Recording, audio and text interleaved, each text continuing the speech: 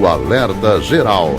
Bate-papo político com os jornalistas Luzenor de Oliveira e Beto Almeida. Os debates sobre as despesas do governo federal na área da Previdência Social. O presidente Luiz Inácio Lula da Silva pediu à equipe técnica do governo que identifique a fonte de arrecadação de receitas para compensar as perdas que o INSS terá ao longo de 2024 e pelos próximos anos com a desoneração da folha salarial dos municípios com até 156 mil habitantes. Quem conta mais detalhes sobre essas contas, que se reflete na vida de milhões de brasileiros, de milhões de cearenses, é o repórter Sátrio Salles. O presidente Luiz Inácio Lula da Silva voltou a dar sinais de preocupação com o equilíbrio das contas públicas e, nesta quarta-feira, deu um recado aos técnicos das áreas da Fazenda e do Planejamento para identificarem uma fonte de compensação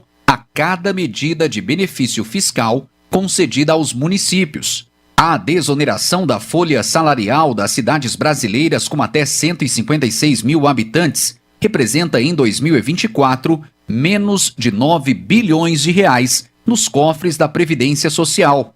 O valor corresponde ao montante de recursos que os municípios deixarão de recolher sobre a folha salarial.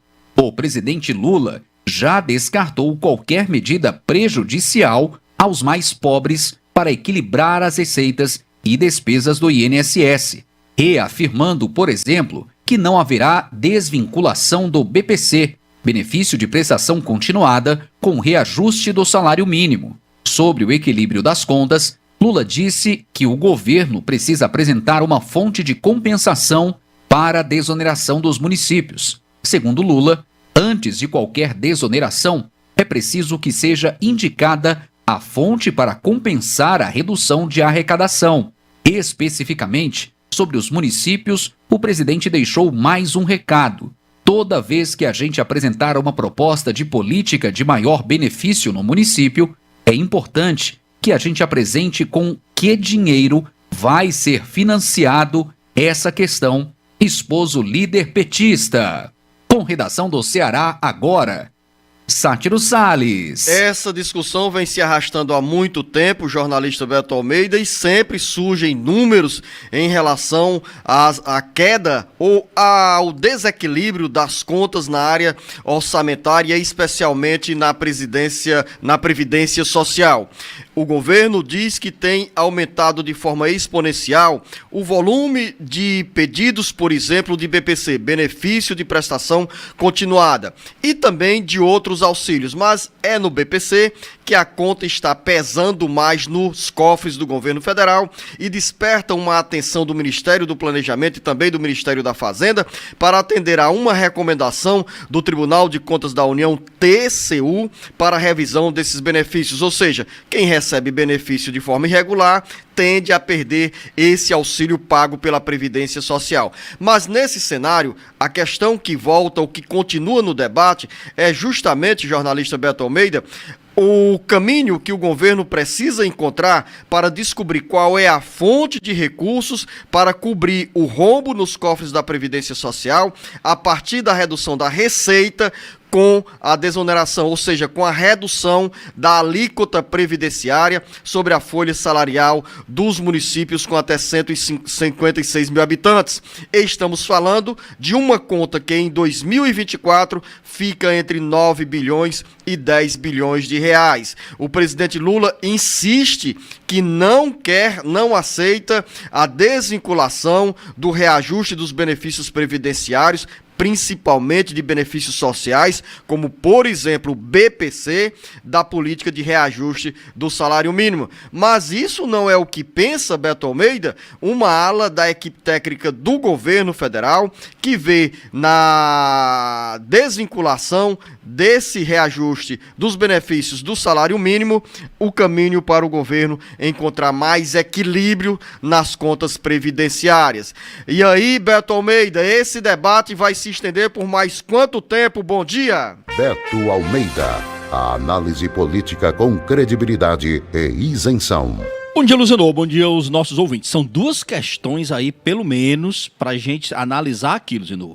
Mas eu quero começar pelo final, porque você perguntou por quanto tempo isso deve continuar. E eu diria para você o seguinte, tem um tempo, e um tempo que está correndo. Por que isso? Porque quem deu esse prazo foi o Supremo Tribunal Federal, ou seja, para governo e Congresso encontrarem uma alternativa de medidas que vão compensar a arrecadação em função dos benefícios fiscais que foram concedidos aos municípios e também àqueles 17 setores da economia. Ou seja, são quase 18 bilhões, Luzenor, de reais que o governo deixa de arrecadar e que, de algum modo, esse dinheiro vai ter que ser recompensado aos cofres da União. E aí você perguntou, e isso vai até quando? Bom, o prazo dado pelo Supremo Tribunal Federal é que o Congresso Nacional e o governo têm até o dia 10 de agosto, Luzenor, para aprovar um novo projeto com um plano de reoneração gradual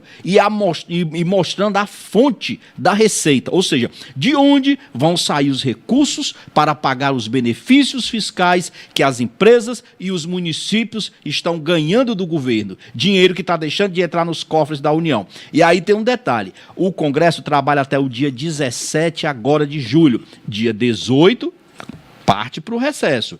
Isso implica dizer o seguinte, que vai ter que trabalhar durante um período do recesso para quando iniciar agosto, tem até o dia 10 para votar isso. Por enquanto, o ministro, aliás, o presidente do Senado, Rodrigo Pacheco, e o ministro da Fazenda, Fernando Haddad, encontraram-se, conversaram e disse que tem lá umas propostas. Uma delas, repatriá-los, aqueles recursos do exterior, que tem lá no exterior, que brasileiros mandam e de forma ilegal. Atualização de todos os ativos da União, que é para exatamente trazer dinheiro para os cofres, programar ali como é que vai ser utilizada aquelas multas que as agências reguladoras aplicam e o dinheiro nem sempre, Zenor, é cobrado e principalmente quando é cobrado não se sabe exatamente o que é feito com esse dinheiro. E também essa história da taxação das compras no exterior, que são as blusinhas. Então, são as medidas que vão ter que estar reunidas num pacote para que o governo federal apresente para o Senado e diga, olha, está aqui, é daqui que nós vamos tirar essa compensação de benefícios que nós estamos dando para os municípios. Aí são medidas, jornalista Beto Almeida, que se refletem diretamente na vida de quem está lá em Salitre, Campos Sales, Tauá, Limoeiro do Norte, Crateús, em qualquer uma das 184 cidades do Ceará, porque estamos falando sobre esses ajustes nas contas do governo federal, que tem implicação na implantação de ações, projetos, programas, construção de obras e, nesse caso, especialmente da área da Previdência Social, quando a gente fala sobre o que o governo vem falando da necessidade de ajuste nessas contas que passam esse ajuste pelo corte de benefícios pagos de forma irregular. E esse é o outro ponto que é interessante a gente falar aqui,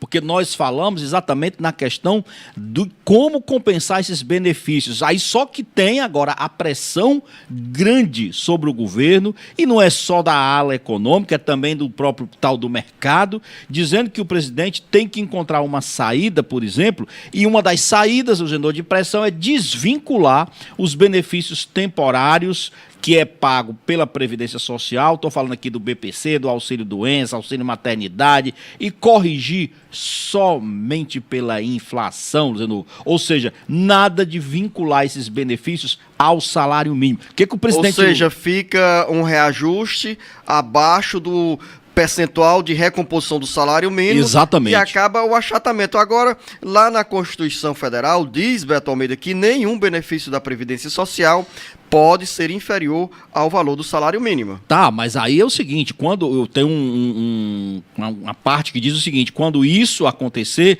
entra uma complementação para que ninguém receba abaixo do mínimo. Mas esse não é o ponto, isso não vai contemplar, porque o que o presidente Lula prometeu durante a campanha dele e colocou, retomou em vigor, foi fazer a valorização do salário mínimo. Como é que ele está fazendo essa valorização? Ele aplica a inflação oficial, mais a correção do crescimento da economia nos últimos 2 anos. Isso, de fato, tem dado um crescimento real do salário mínimo. E aí, quando você desvincula, você pode corrigir os benefícios apenas pela inflação, mas a valorização real, como é que você vai recompor isso para quem recebe hoje o BPC? Na realidade, Luzino, se isso acontecer, vai acabar criando cidadãos aposentados ou que recebem benefícios de primeira e segunda categoria. É isso que vai acontecer, uma verdadeira discriminação. Então, lembrar que antes de 1988, Beto, quando nós tivemos a promulgação da nossa última Constituição Federal, nós tínhamos salários mínimos regionalizados. O salário do Nordeste era um dos menores. E depois tivemos aí a equiparação com todas as regiões. E agora, nesse debate sobre, apenas para fazer essa comparação dentro do que o Beto Almeida fala, né? Se nós tivermos benefícios previdenciários desvinculados do reajuste do salário mínimo, vamos ter segurados e beneficiários da Previdência Social com uma renda bem inferior em relação a quem ganha o salário mínimo, quando na realidade o mínimo do mínimo é o salário mínimo. Mas olha a sutileza, Luciano. Olha a sutileza desse debate. O tempo acabou nesse bloco. Eles dizem o seguinte, olha, nós não estamos tratando de desvincular o salário dos aposentados. É apenas dos benefícios que são pagos. O presidente, isso é uma forma de tentar quebrar a resistência do presidente Lula. Porque o que ele tem dito, o presidente Lula, é o seguinte: eu não vou desvincular o salário mínimo das aposentadorias. Ele disse: não, presidente, não é aposentadoria, não. São benefícios sociais. É BPC, é o auxílio doença. Isso não é aposentadoria.